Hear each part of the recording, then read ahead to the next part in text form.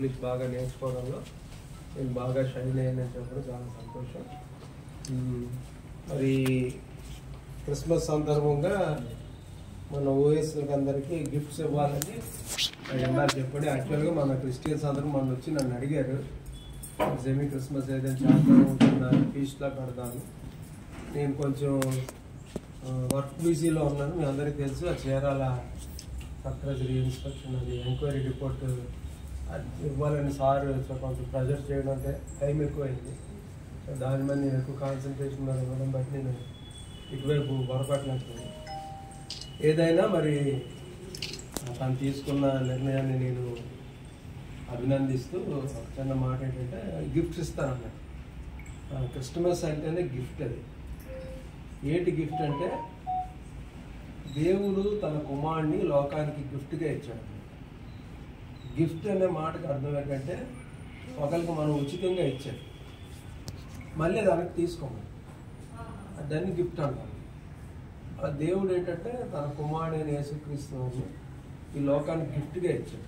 దేనికి గిఫ్ట్గా ఇచ్చాడంటే మనం చేసే తప్పులు పాపాలు ఇవన్నీ పోవాలి అంటే హిందూ సాంప్రదాయంలో ఒక మాట ఉంటుంది వేదంలో, సర్వమానవ పాప పరిహారార్థం రక్తపోక్షణం అవశ్యం, తద్రక్తం సర్వేశ్వరాయ పుణ్యదాన పరిహారం.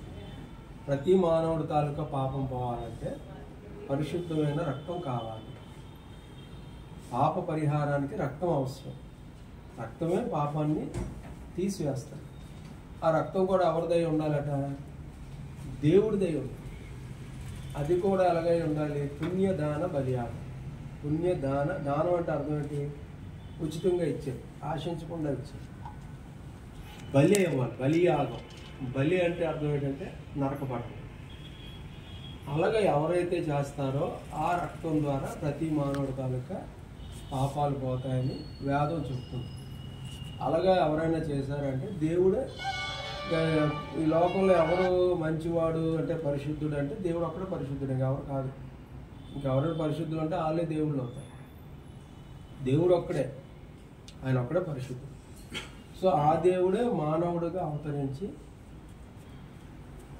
తను సిలువలో బలియాగం అయ్యి ఆ రక్తాన్ని మానవులందరి కొరకు గిఫ్ట్గా ఇచ్చాడు.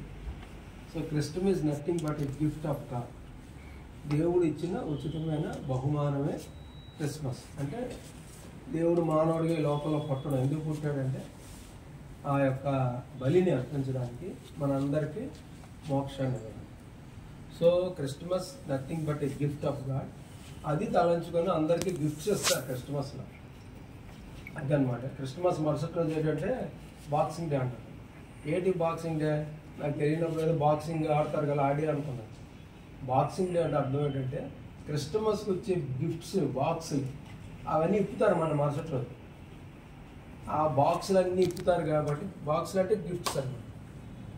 అందుకు బాక్సింగ్ డే అని వచ్చింది. సో క్రిస్మస్ మరుసటి రోజుని బాక్సింగ్ డే మనకు ఆప్షనల్ డే. సో ఆ మంచి ఉద్దేశంతో గిఫ్ట్స్ ఇవ్వాలని పద్మనాభం మరి మన ఆఫీసులో ఉన్న ఓఎస్ని జ్ఞాపకం చేసుకొని ప్రతి సంవత్సరం దాన్ని ఇస్తున్నారు. ఈ గిఫ్ట్స్ మరి వాళ్ళకి చక్కగా పండుగ ఉపయోగపడాలి.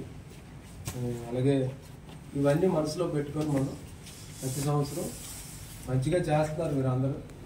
ఈ సంవత్సరం కూడా చేయాలి, కానీ చాలా టైట్ షెడ్యూల్లో ఉన్నా. అసలు టైం కూడా లేదు. అసలు నేను సెలవు పెట్టడానికి కూడా నాకు టైం లేదు. రోజు అసలు ఈరోజు పెట్టేస్తాను. యాక్చువల్గా 10 రోజుల ముందు పెడతాను. ఇప్పుడు సెలవు పెట్టడానికి కూడా నాకు టైం లేక అటు ఇటు తిరుగుతూ చేస్తున్నాను. ఎనీహో మరి మంచి సందర్భాన్ని జ్ఞాపకం చేసుకొని మరొకసారి మన అందరం కూడా అన్నదమ్ములు, అక్క చెల్లెలు, ఒక కుటుంబానికి చెందిన వారు ప్రతి పండుగను కూడా అందరం ఐక్యమత్యంతో మనం చేస్తున్నాం. ఇది మంచి గుడ్ సిగ్నల్. ఇది ఫ్యూచర్లో కూడా మీరు కంటిన్యూ చేస్తారని నేను నమ్ముతూ మరి ఈ గిఫ్ట్స్ పంచడానికి పద్మనాభం తీసుకున్న మంచి నిర్ణయం బట్టి దానికి మీరు అందరూ సహకరిస్తున్న దాన్ని బట్టి మీ అందరూ కూడా I wish you all the best. May God bless you. Thank you.